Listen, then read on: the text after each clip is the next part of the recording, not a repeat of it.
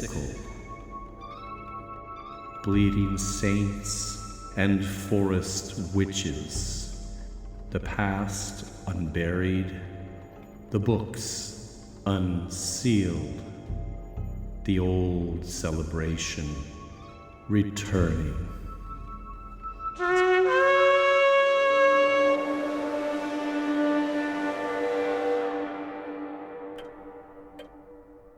Hello, and welcome to my study. Please come in and have a seat. All the books surrounding you are those used to research our show, and the individual to my right here, along with managing domestic duties, serves as our reader for any passages that will be directly quoted from these sources. Her name is Mrs. Carswell. So you're not going to say hello? Well, it starts with a hello, but I'm not sure I want to use it now. You can still say hello. Oh, well, yes. Hello. But I don't need to read this. Mrs. Carswell had a prepared statement addressing what happened in our last show. It doesn't feel right. I'm just going to go with the flow. Okay. But I do want to thank all the listeners who wrote in with kind words. Yes, I told you. You and the bees actually did a good job. The tune was quite recognizable. You've told me 1,000,000 times. It's fine. It's fine. Oh, I was just starting to worry about you when you wouldn't come out, even to eat. Well, thank you for leaving the toast. It didn't pop up all the way out. It was toasted. I realize that's just how it works after a few... Some things are simpler than we make them. Yes. You just go with the flow. I guess that's my slogan now. You do seem better flow, now. Flow, flow, flow. Oh, that's me. I guess it is. People were very kind to reach out. Would you say that I'm sassy? Sassy? Someone was saying that, but in a good way. I got lots of pep talks. One woman wanted to come over and have a girls' night and drink wine, but she lives in Chicago. And you don't drink. She said she could take a Greyhound if she could smuggle her cat on board, but she mainly seems to want to complain about her ex. And someone actually said I should get a cat. No. Several people suggested I socialize online. I guess Zoom is a way people stay in touch, or social networking. Someone suggested I get an OnlyFans, which I guess is like Facebook. And there were a few gentlemen messaging. That's who said I was sassy. One of them. But I really shouldn't kiss and tell. That's not quite. Do you mean the balloon guy? You mentioned something about someone into ballooning. He wants to take me up in his balloon. Huh. But no, not him. I didn't mention this one. This one has a replica of the submarine in 2,000 Leagues Under the Sea he's building. I think it's full size because he says he sleeps in it. Well, good for you. Going with the flow. I'm very relieved. I wasn't sure what to do, if I should call someone. I have never felt better. There were a lot of dead bees in the kitchen trash. A wet pillowcase full of dead bees? Okay.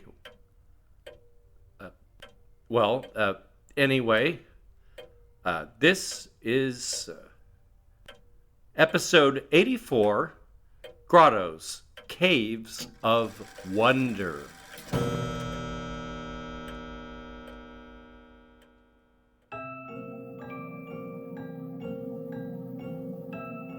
I am your host, Al Ridenauer, and this show, Bone and Sickle, examines the intertwining of horror and folklore in a historical context. I started the show as a way to further explore this area of intersection after writing my book, The Krampus and the Old Dark Christmas. Bone and Sickle only exists thanks to the generosity of our Patreon donors who receive monthly rewards, including short bonus episodes. And we have a special offer running till the end of April, a chance for new subscribers to win the 15-disc set, All the Haunts Be Ours, a compendium of folk horror. I'll have more on Patreon and the giveaway at the end of our show.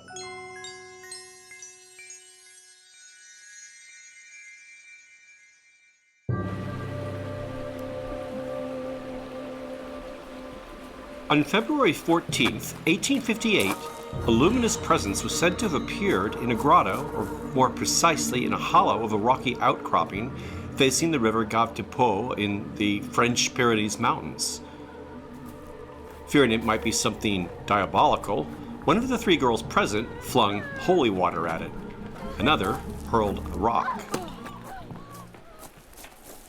Only one of the three could actually see this strange vision, and her wide-eyed trance so alarmed her companions they tried to drag her away. When this failed, they ran to a nearby sawmill for help. The miller was able to carry her to his home, where she was made to lie down. Those gathered round shared a sense of alarm, but were divided as to whether the girl was to be nursed as one mentally afflicted or threatened as a troublemaker seeking attention. Certainly no one expected her to become a saint. But she would become a saint in a few years, Saint Bernadette of Lourdes, and the mysterious being in the rocks became the Virgin Mary. The addition of a miraculous spring appearing several days later completed the image we have today of Lourdes. This is Lourdes, a small town at the foot of the Pyrenees. That water is said to have miraculous powers of healing. That is why they come. Millions have preceded.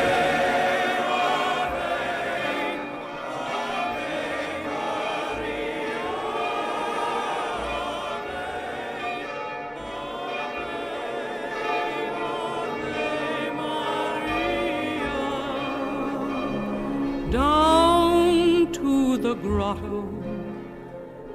Large facsimiles of the shallow grotto of Lourdes can be found at Catholic shrines all over the world. Over 50 at last count, but the idea of grottos generally, as a place of supernatural interactions, goes back to the ancient Greeks, as does the practice of creating artificial grottos as sacred or liminal spaces.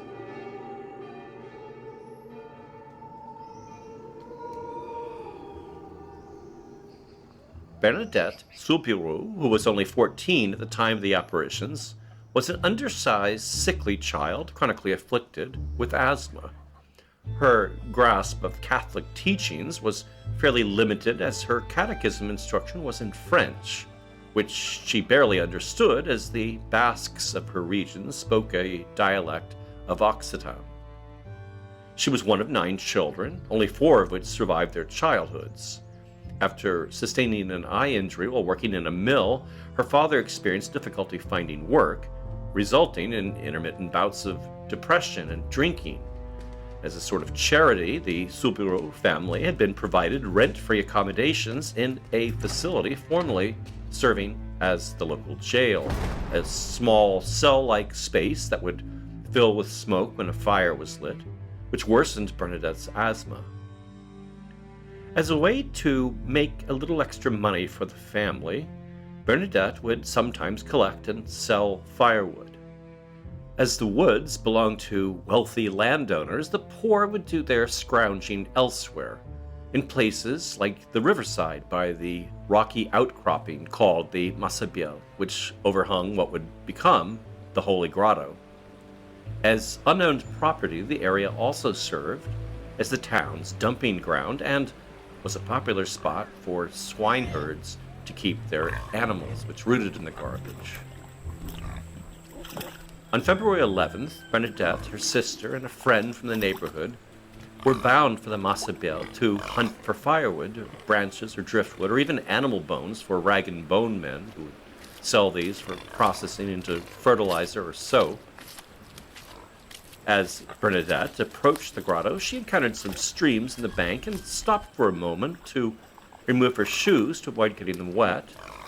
And it's at this very moment she experienced the first of 18 visions she would report over the next months. This from an account she wrote in 1864. I heard a noise. I looked towards the meadow and saw that the trees were not moving, so I looked up at the grotto.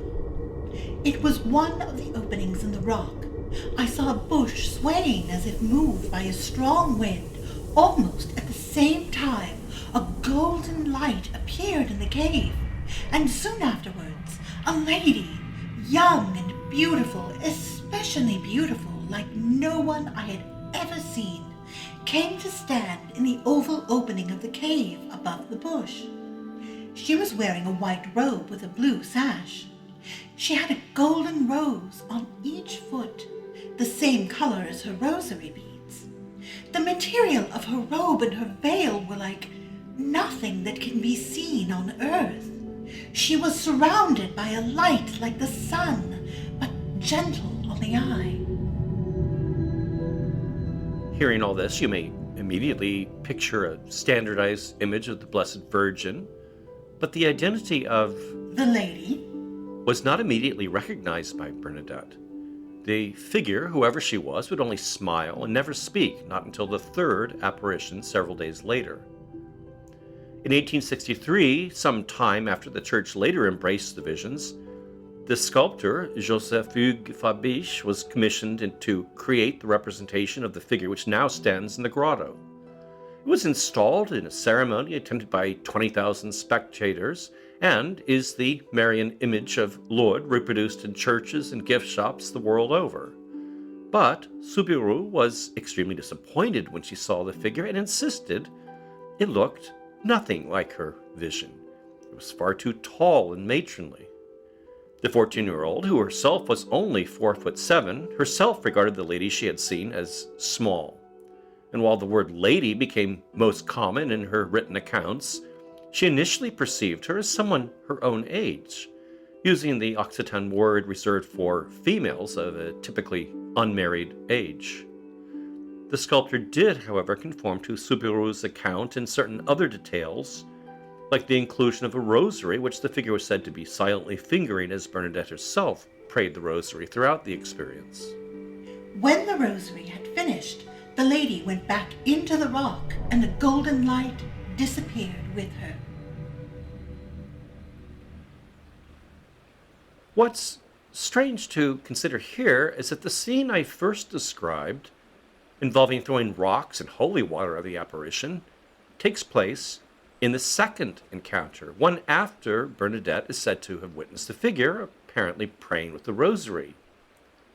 Setting aside any questions about Bernadette's account being retroactively cleaned up to conform to church needs, even if she did initially perceive the apparition as an angel, or indeed the Blessed Mother, it seems those around her soon frightened her into believing what she had seen could have been something unholy in disguise. If not the devil himself, then one of the many beings from local folklore said to inhabit the region's caves. The young visionary herself was explicitly uncertain as to what she had seen. When she first spoke of the apparition, she didn't use the word lady, instead quite pointedly calling it simply a quail, which in the local dialect was an evasive expression only meaning that thing. This kind of awkward circumlocution in folk tales is related to the magic power of the true name used to summon a fairy being or cause it to vanish. Whether the apparition was initially perceived as something from that world is impossible to know, but comparisons have been made between the luminous being and what were called the damas blancas in Occitan, that is, the white ladies, or to similar beings known in the Pyrenees as les blanquettes, meaning something like little white ones. Oddly, Charles Dickens happened to have immersed himself in books of Pyrenees folklore long enough at least to produce an 1870 article for his magazine all the year round. In Superstitions of the Pyrenees, he writes, As to the fairies, they are still visible to the unsophisticated as they sit at the entrance of their grottos, combing their golden hair. Additionally, in the Béarn valleys, Les Blanquettes are also said to dwell in the cavern mouths, mountain peaks, dress in white, and often appear in a circular formation. The Gave River, upon which the Lourdes Grotto is situated, flows through the Béarn Valley Dickens references here. In fact, in a multi-volume compilation of historical records surrounding the case, begun not long after the apparitions and only finished in 1966, one called, in English, Authentic Documents, a story is quoted affirming that the marsupial under which the grotto was located was indeed a subject of some powerful superstitions. Some time before this extraordinary business, a woodcutter was coming from the forest with a load of wood on his back, and passing Massabielle when it began to rain. He put down his load and went into the grotto for shelter. But a moment later, he heard the plaintive cries and groans of someone in great suffering. He was so afraid that he had to leave. He'd rather get drenched to the bone than stay there. Before Bernadette made her third visit to the grotto, two women, Jean-Marie Millet and Antoinette Perret, asked to accompany her in the belief that the being she had encountered was the restless spirit of an acquaintance of theirs who had recently died. A woman by the name of Elisa Latapi. The white robes and blue sash described by Soubirous sounded to them like the uniform of the religious order, the Children of Mary, to which Latapi belonged and was the uniform in which she was buried. They concluded that the pious woman had been allowed to return to convey to them some sort of holy message from the other side. They accompanied Bernadette to the grotto, insisting on bringing pen, paper, and ink pot with which she was to transcribe any marching orders provided by Latapi's spirit.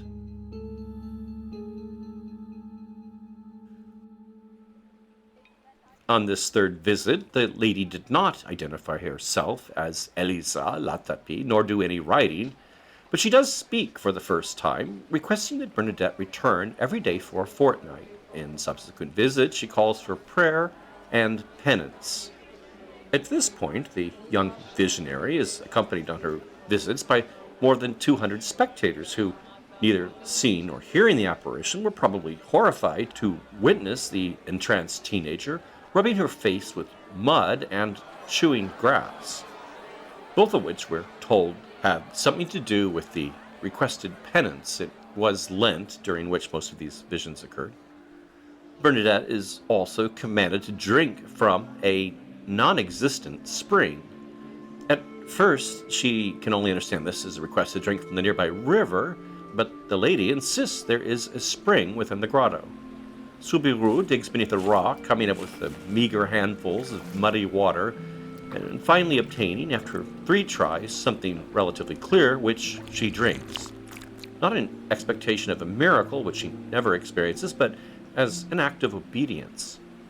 In subsequent visits, the spring begins to run clear, but it's only still later that miraculous properties are attributed to the water. While enthusiasm grows among the populace, there is also the predictable resistance by members of the clergy and more educated persons. On the 7th of April, a member of the latter class, the town physician, Dr. Pierre Dozou, is in attendance at the 17th, the penultimate apparition. Soubirous and her followers had lately begun carrying candles on evening visits to the grotto. Dozou reports observing Bernadette rise from a prayerful kneeling posture, and in the process, presumably with the strange halting movements of one entranced, her left hand is suddenly locked into a position above the candle flame. He writes, Though fanned by a fairly strong breeze, the flame produced no effect upon the skin which it was touching. Astonished by this strange fact, I forbade anyone there to interfere, and, taking my watch in my hand, I studied the phenomenon attentively for a quarter of an hour.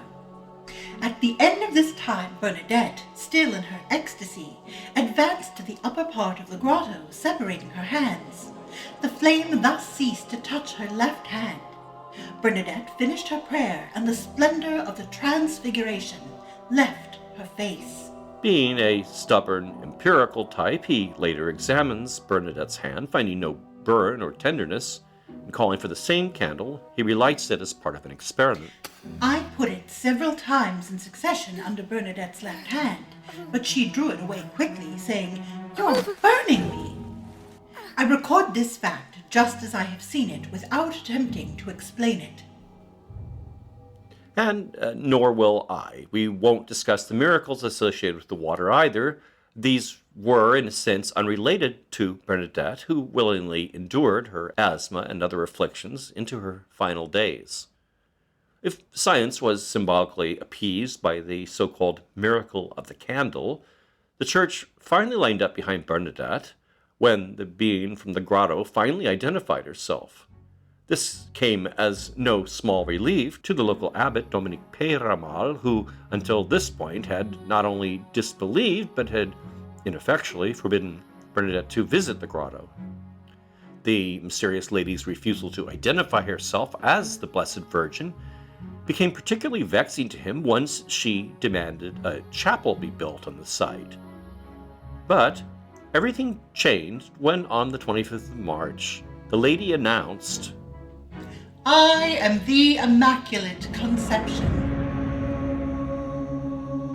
A phrase that Bernadette would have only known as a series of phonemes to be repeated back to a very pleased Father Peyramal, who would have explained to the girl that it means she embodies a freshly minted papal doctrine declaring the Virgin to be born without the taint of original sin. And with this affirmation of Vatican doctrine, the Church was satisfied and miracles began to flow. Lourdes became Lourdes, and the prayers of local boosters and railroad tycoons eager to engage more passengers from all over Europe were answered.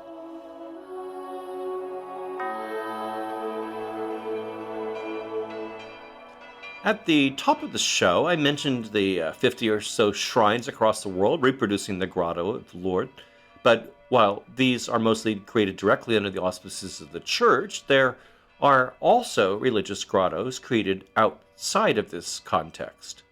I had intended to talk about the grottos created by outsider artists, but moved that content to the Patreon blog as we're running a bit long, but there's an even more interesting topic involving grottos created by another kind of non-professional artist, that is, children who once built grottos in England on what is called Grotto Day. These, at least originally, were ostensibly a form of religious shrine dedicated to St. James, one of the apostles whose feast was celebrated on August 5th under the Julian calendar and is now the 25th of July. These grottos, created by British children, were traditionally built of the shells from shellfish, little beehive-shaped constructions enclosing a candle. The shells were saved over the year or begged from fish markets. Like Guy Fawkes' effigies, they were used as an excuse to collect money, with the kids who built them chanting to passers-by, "Please remember the grotto. It's only once a year. Father's gone to sea. Mother's gone to fetch him back, so please remember me." It was primarily a custom in London, reported first in the 19th century, as far as I can tell, and surviving into the 1950s through World War II in its wake, when a form of St. James grottos were built using rubble from bombed-out buildings. Shells are always a beloved material in grotto construction, as we'll soon see, and St. James himself is connected to shells in a number of ways. He happens to be the patron of oyster harvesting, and his day is traditionally the first date on which oysters are eaten in Britain and America. A number of legends that supposedly explain this connection have been put forward, one suggesting that when the apostle's body was being transported by sea to its final resting place, it fell overboard in a storm, and when retrieved was found to be covered with shellfish. Other stories have a horse or knight or bride falling into the sea and being rescued by James himself, and likewise found to be covered with mollusks. I have a sense that these stories were more recently invented to explain a better documented and older connection between the saint and shells, namely the use of a scallop shell as a symbol associated with pilgrimages to the tomb of the saint in Santiago de Compostela in northwest Spain.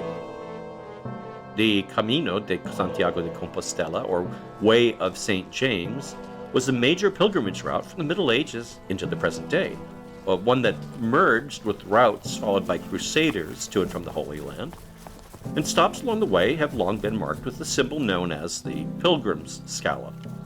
And upon arrival, a symbolic shell was presented as a token indicating successful completion of the journey, and then would be proudly worn on one's cloak upon the trip back home.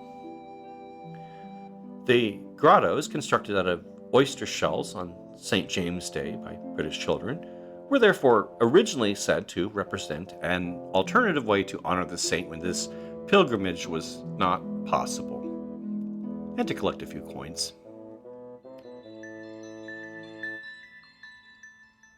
So, thus far, in looking at the grotto as associated with Christian devotions, you'll have noticed what a peculiar subset of caves it is. The grotto is never a deep cavern tunneling into a mountain. It's more dainty than that, a shallow, picturesque, and even artfully, and as we've seen, sometimes artificial, cave enclosing something sacred. This very specific subset of caves intersects quite precisely with the concept in ancient Greek culture called the nymphium, a place dedicated to the nymphs, specifically the naiads or water nymphs, a combination of cave and spring, as was the case with Lourdes.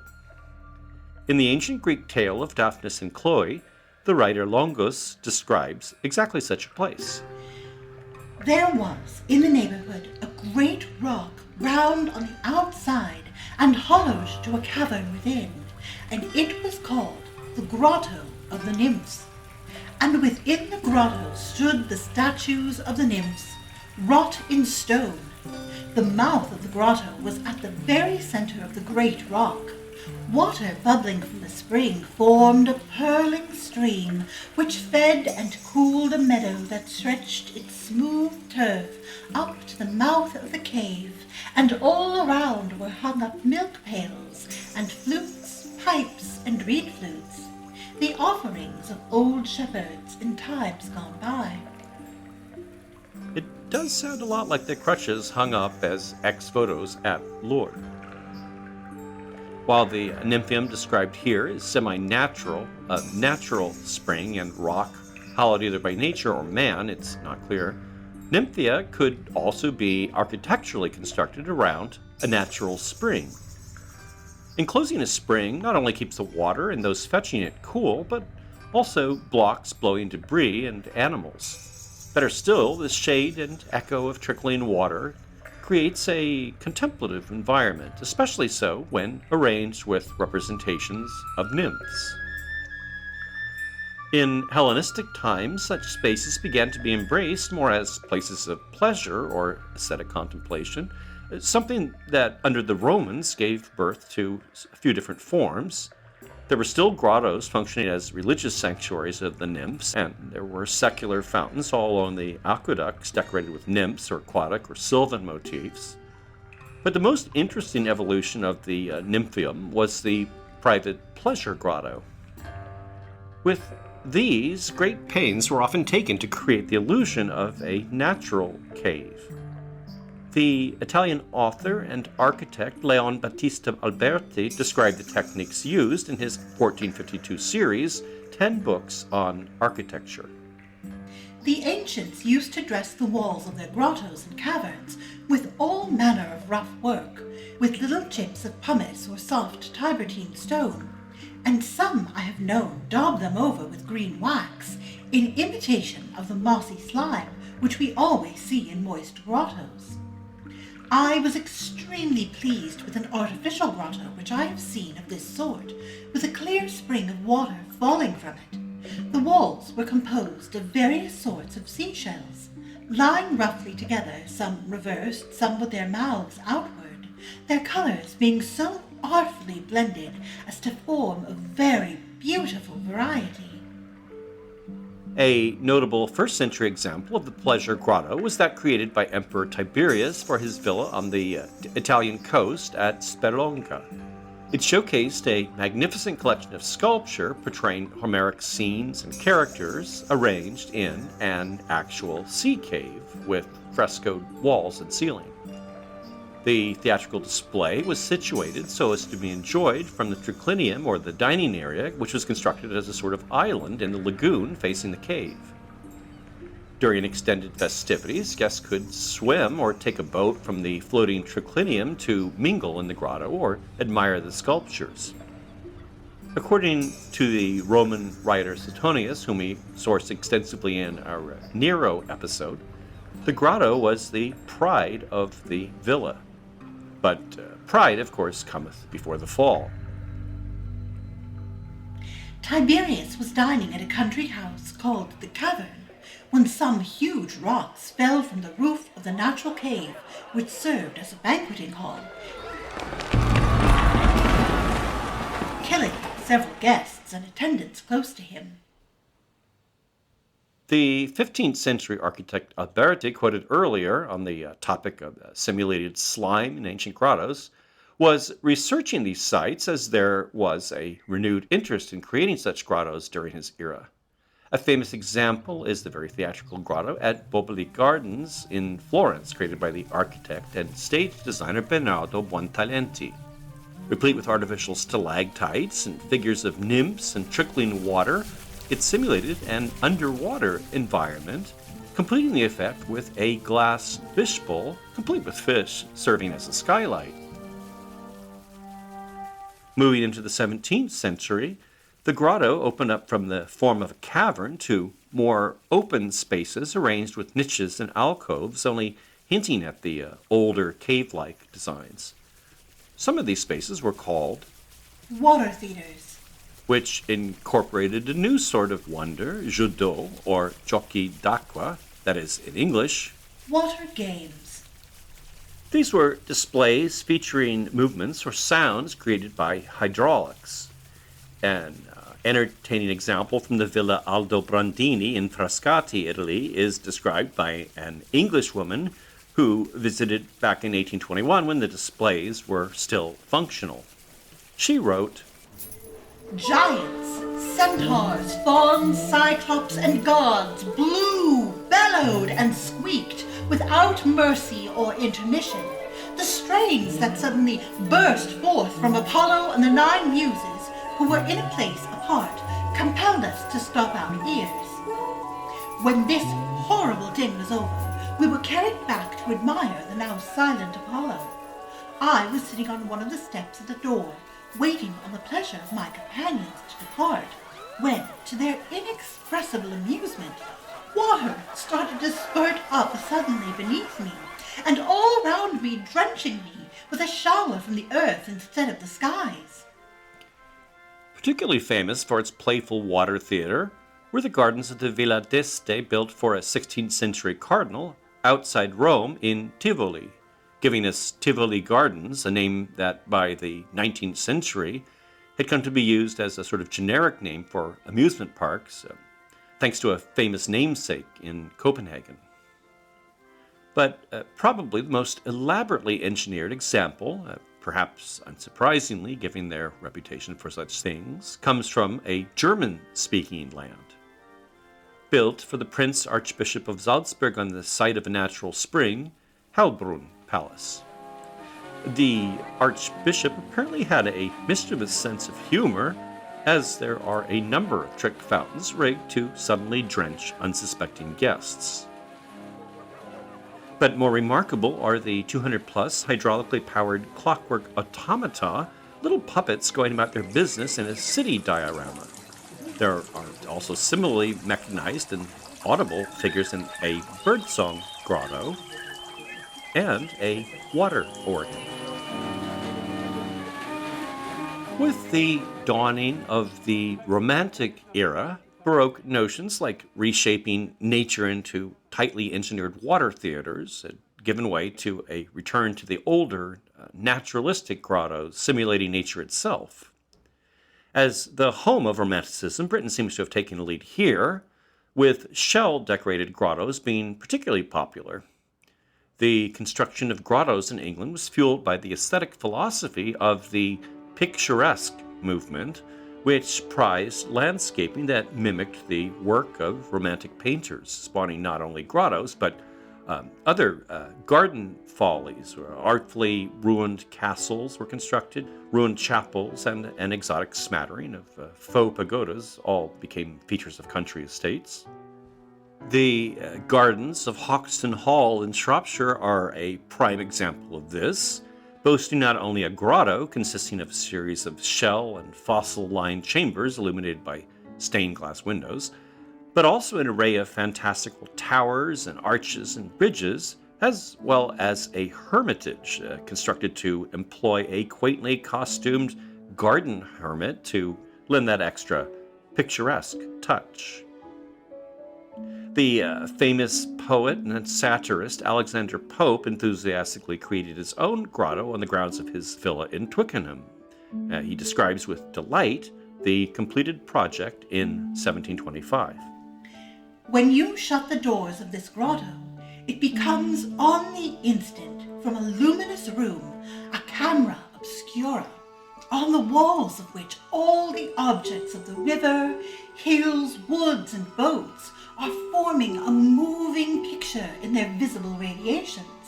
And when you have a mind to light it up, it affords you with a very different scene. It is finished with shells interspersed with pieces of looking glass in angular forms, and in the ceiling is a star of the same material, at which when a lamp of an orbicular figure of thin alabaster is hung in the middle, 1,000 pointed rays glitter and are reflected over the place. Probably the most famous grotto in Britain is in Margate on England's southeast coast. The passages and rooms of shimmering shell make one of Margate's most obstinate attractions. You've probably been impressed with the symmetry and marvelous detail of some of the designs. It's said that there are no finer examples of mosaic work anywhere in the country. However admirable the craftsmanship of the mosaics, it's likely the mystery of the place that made it famous.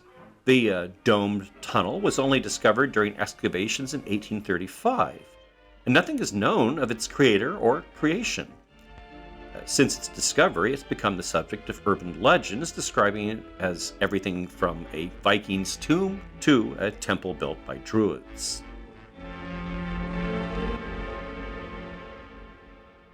As for the later 19th century, we'll take one example that created for King Ludwig II of Bavaria, the so-called Mad King, responsible for building the castle Neuschwanstein, Germany's famous fairy tale castle, as it's known, and inspiration for Disney's iconic imitation.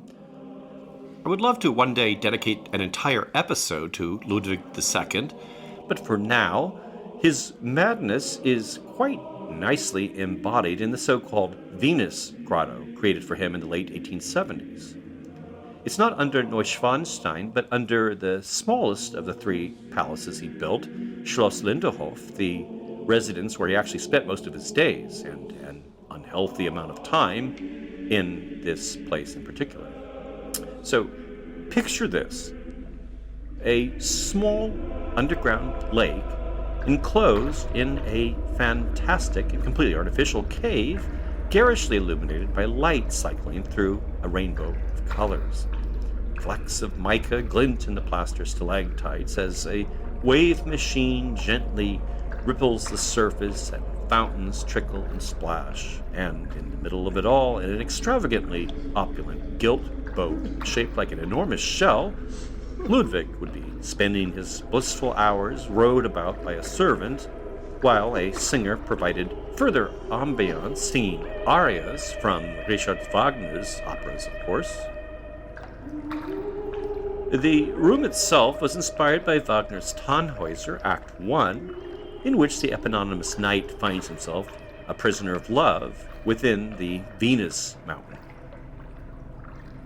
And by the way, the electric generators used to power the lights, waves, pumps, and fountain were a novelty at the time, the first, and for a while, only generators employed in the economically strapped kingdom of Bavaria. Matter of priorities.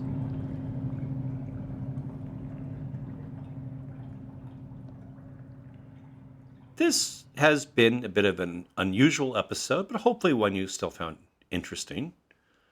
I will, however, provide the requisite gruesome details to end our show, returning to the story of Saint Bernadette of Lourdes. Not long after experiencing her visions, Soubirous withdrew from the public eye, spending the rest of her life in the convent of the Sisters of Charity in Navarre, where she was buried in 1879. But, thanks to those clamoring for her canonization, she was not to remain there, in the grave, that is. As part of the process, her body was disinterred in 1909 to determine whether it might be incorrupt, a powerful sign of sainthood. We talked a bit about incorrupt saints in episode 23, and while there are certainly quite remarkable cases, the Church does apply something of a sliding scale when considering the matter. On September 22nd, 1909, full 30 years after she was buried, Bernadette's coffin was opened in front of a number of witnesses, including a surgeon by the name of Jourdain. He reported, The head was tilted to the left. The face was dull white. The skin clung to the muscles, and the muscles adhered to the bones. The nose was dilated and shrunken. The stomach had caved in and was taut like the rest of the body. It sounded like cardboard when struck. So rigid was the body that it could easily be rolled over and back for washing. Bernadette was reburied, but as the canonization proceeded, the Vatican requested a second disinterment in 1919. This time, a Dr. Talon produced the report, noting, The body is practically mummified, covered with patches of mildew and quite a notable layer of salts which appear to be calcium salts. The skeleton is complete, and it was possible to carry the body to a table without any trouble. The skin has disappeared in some places, but it is still present on most parts of the body. Some of the veins are still visible. Not bad, considering 40 years, and as I said, a sliding scale. A third and final check was made in 1925, reported on by a Dr. Comte. It has taken on a greyish tinge and is covered with patches of mildew and quite a large number of crystals and calcium salts. But the body does not seem to have putrefied, although this would be expected. As the state of the body did not quite match the rank and file's notions of incorrupt, and because it was soon to be displayed in a glass sarcophagus in the convent chapel, it was decided to provide what church reports refer to as a light wax mask, for which molds were taken at the time.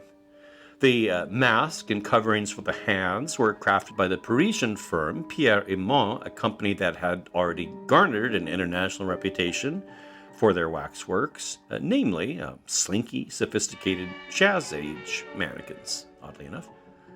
At that time, Dr. Comte also extracted relics. Though he operated under the encouragement of church officials, he comes across perhaps as a bit over-enthusiastic in his report. I would have liked to open the left side of the thorax to take the ribs as relics and then remove the heart. But this was too much for the Mother Superior, who expressed a desire for the saint's heart to be kept together with the whole body.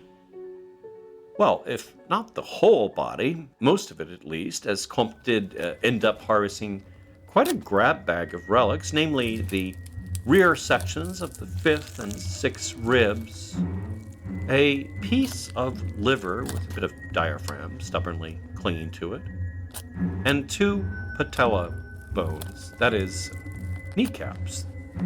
The very kneecaps from the very knees upon which the 14-year-old visionary kneeled when she first beheld the beautiful lady in the grotto.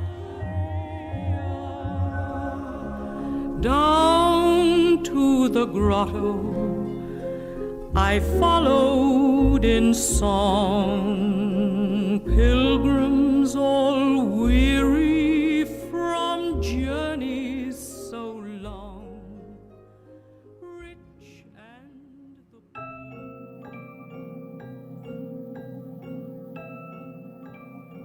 I hope everyone's been enjoying our show and that you might have the opportunity to leave a review. If you do, we haven't got one of those for a while, so we really could use one. As I mentioned at the top of the show, we have a special offer running from now until April 30th, a chance to win the 15-disc set, All the Hauntsby Hours, a compendium of folk horror. It's a splendid collection released in conjunction with the folk horror documentary Woodlands Dark and Days Bewitched, which is one of the included discs. Not only does it include over 31 hours of folk horror films on Blu-ray, but also 3 CDs, including a reading of a classic Arthur Machen story and a 156-page book on the folk horror genre. I'll post a link with the list of included films and further details on the website in the current show notes. The collection is priced at $279, but one of you will get it for free. That is, if you subscribe at the $4 monthly level or above, and we'll announce that on May 1st. To enter, you have to subscribe at the once yearly plan, which actually saves 15% on what you would otherwise pay monthly. And as for our regular Patreon rewards, so subscribing at the $4 level or higher receive a short extra episode derived from materials in our library. Other rewards include access to our Patreon blog, downloads of the show's soundscapes heard under the narration, show scripts, my Krampus book, the Bone and Sickle candle, and unique hand-packed mystery kits, now including certain handcrafted items by yours truly. Pledge commitments begin at $1 and can be edited at any time. I'd like to thank our recent signups now enjoying some of those rewards. Those kind souls include Edward Simonton, Greta Bates, Geraldo Martinez, and Mars Bateman. Bone and Sickle is written and produced by me, Al Ridenour. Mrs. Carswell is played by Sarah Chavez, whose projects and writing related to death and culture you can track at sarah-chavez.com. Thanks so much for listening.